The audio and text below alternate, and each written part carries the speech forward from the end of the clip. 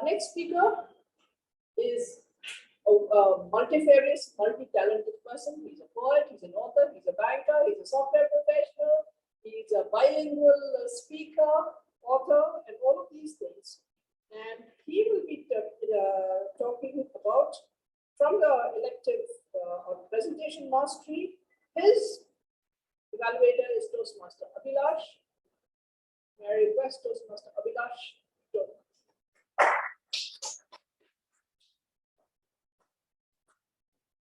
A very warm good evening, fellow Toastmasters and guests.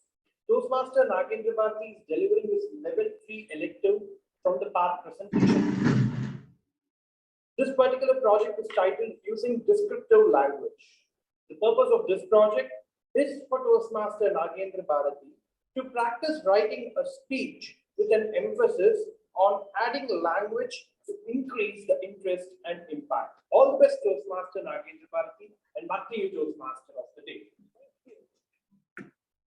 And so, may I invite Toastmaster Nagendra Bharati to deliver his speech. We are all storytellers. We are all storytellers. Thank you, Toastmaster of the day, my mentor, DTM Nina John, and my dear Toastmasters and guests. Do you remember your first speech in the Toastmasters Club? That was an icebreaker speech about your own self, right? Some of you would have watched that speech given by our international champion, Toastmaster Cyril, yesterday night. This is me. That was also about his own self. That was also about his own story. We are all storytellers, my dear Toastmasters. I also started my journey in the new pathway presentation mastery by giving my own story with the title Nagendra Bharati. The title is my name. My name is my title. But when the Toastmaster introduced me to the audience in the traditional way of name, title, name, he said like this.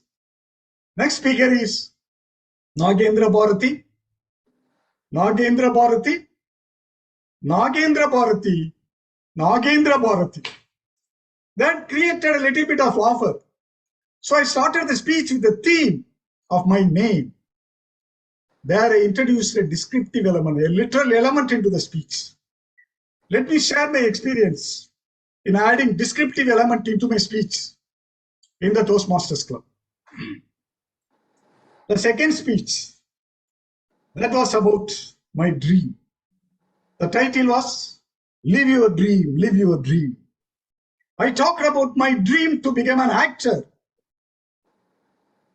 The Film Institute director, looking at me, he exclaimed, "Hey, you are Denzel Washington, man." You may not agree. You might say that I am like MGR, but that's a different thing. But that person looked at me and said, "You are Denzel Washington, man." What is that? That is a literary element, metaphor. Whatever? Metaphor. Then in the second speech, that is the third speech after icebreaker. It was a second speech, but actually in the line it was third speech. That was about financial risks. I introduced another literary element into that speech. Financial risk is about this investment, equity and shares and all those things, right? You guys know that. Abhilash has given a speech on that a few weeks back. I started my speech like this. I don't like equity. I like only green tea. That is nothing but assonance. That is repetition of vowel sounds, another literary element. Then in my fourth speech, the title was Change is Constant. That is an oxymoron.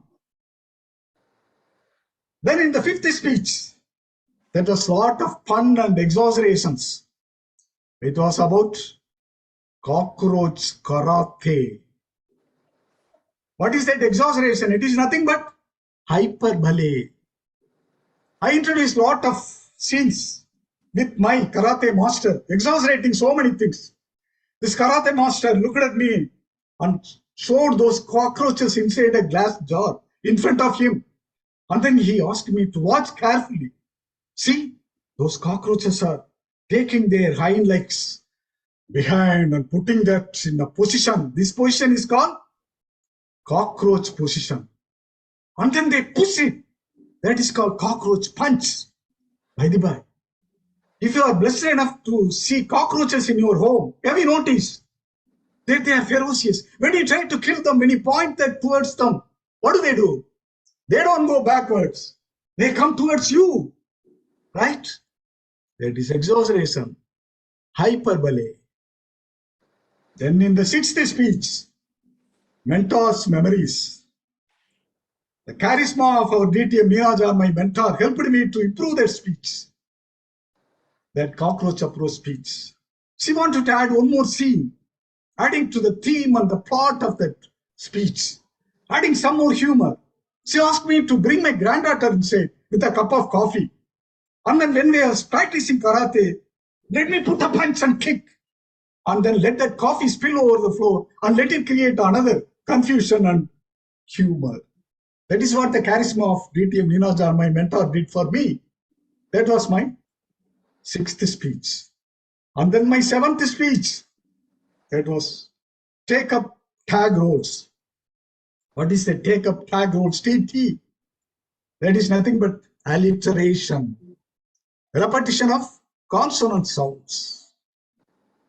I refer to that timer report as timely report, counter report or awesome report. These are all examples of alliteration. And now I am standing before you with this theme. We are all storytellers. You know, the tagline of International Convention happening, that is, we are all storytellers.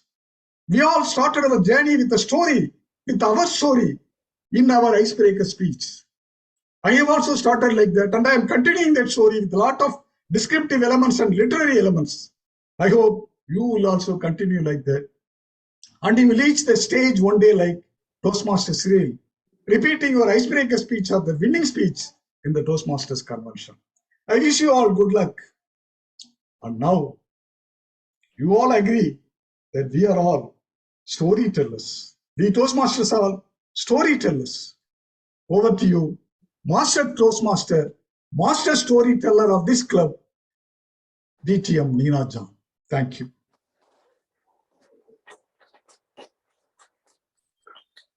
Thank you, sir, for a wonderful range of stories. I didn't know you could pack 10 stories into one speech, but I think you managed to do all of that. Thank you so much. Thank you. A very warm good evening, fellow Toastmasters and guests. Once again, they say, in the treasures of the past lie the seeds of the future. Today, our Toastmaster of the day introduced Toastmaster Nagendra Bharati as a writer, a poet, and a acclaimed speaker. I want to add one more to it. Doctor. Any guesses? What a beautiful postmortem he's done of his journey in Toastmasters. That is why I wanted to give him the doctor title as well.